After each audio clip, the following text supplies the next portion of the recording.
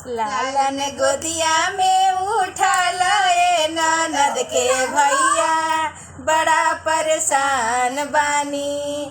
लालन गोदिया में उठा लाए ननद के भैया, बड़ा परेशान बानी। सासू जो आई है पिया देवता जगन को, सासू जो आई है पिया देवता जगन को, पियरी पटने से मांगा दे ननद के भैया, बड़ा परेशान बानी। पियरी पटने से मांगा दे ननद के भैया, बड़ा परेशान बानी। लालन गोदिया में उठा लाए ननद के भैया, बड़ा परेशान बानी। गोतिन जो आई है पिया मेवा बनाई है, गोतिन जो आई है पिया मेवा बनाई है।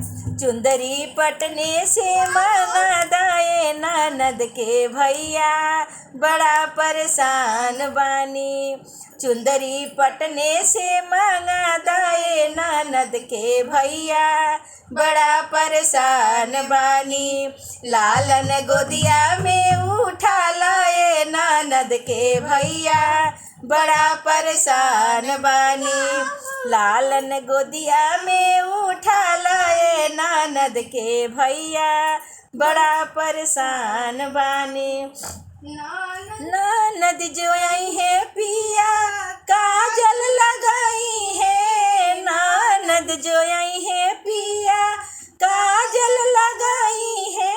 झुमका पटने से मांगा दे ननद के भैया, बड़ा परेशान बानी।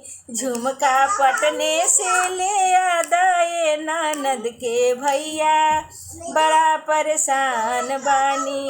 लालन गोदिया में उठा लाए ननद के भैया, बड़ा परेशान बानी। लालन गोदिया में उठा लाए ननद के भैया, बड़ा परेशान बानी।